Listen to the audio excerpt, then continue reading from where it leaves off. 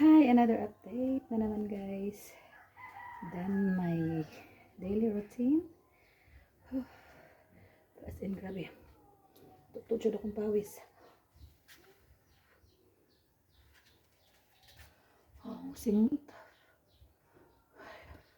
Na akong ganahan mag-exercise nga. Tulo pawis gyud, grabe.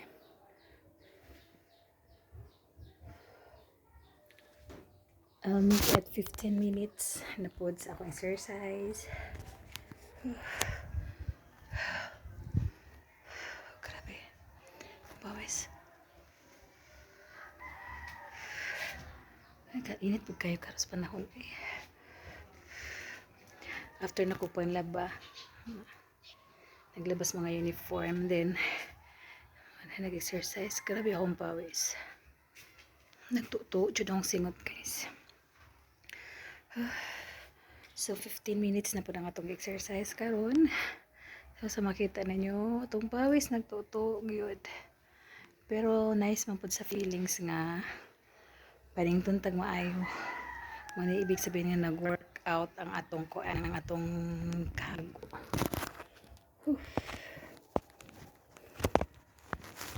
Kanin siya mga week na po, angid na po. Sana na kuan ako pilakad sa 1 week kurag walang ko naka-exercise mga kanan lang kaduhara. Not like last week nga urag 3 times ra to karon. Kuan na siya nalay duha nga wala ko nakakuan. Pero karon kay night shift mo ko kanunay so unya na pod. Work mode na pud ani niyang gabi eh. Night shift na naman sa hospital.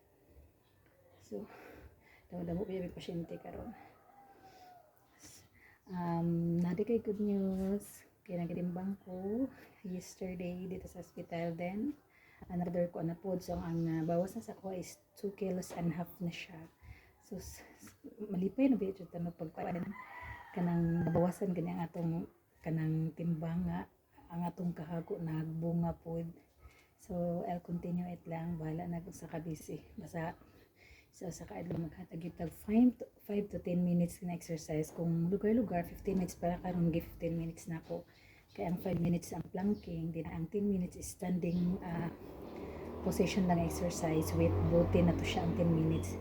Katong bote exercise mo siya ngayon. Para sa ko ano to. Para sa akin. Sa bone, wait na malagdagan din. Kulang taog ko na. So, ano nga exercise. Pero nindot siya. Nindot ka as in. Kay Amy Wong. Try ninyo og search kay Amy Wong guys. Muna akong sundong niya mga exercise. Pero nindot siya kaayo. Worth it ka nga itong pagkuan. Okay, mo lang ta update. Okay, ito mag-rest lang ko mga half hour. Then maligo na sad ko. Okay, later duty na po guys. So have safe always everyone. And then God bless.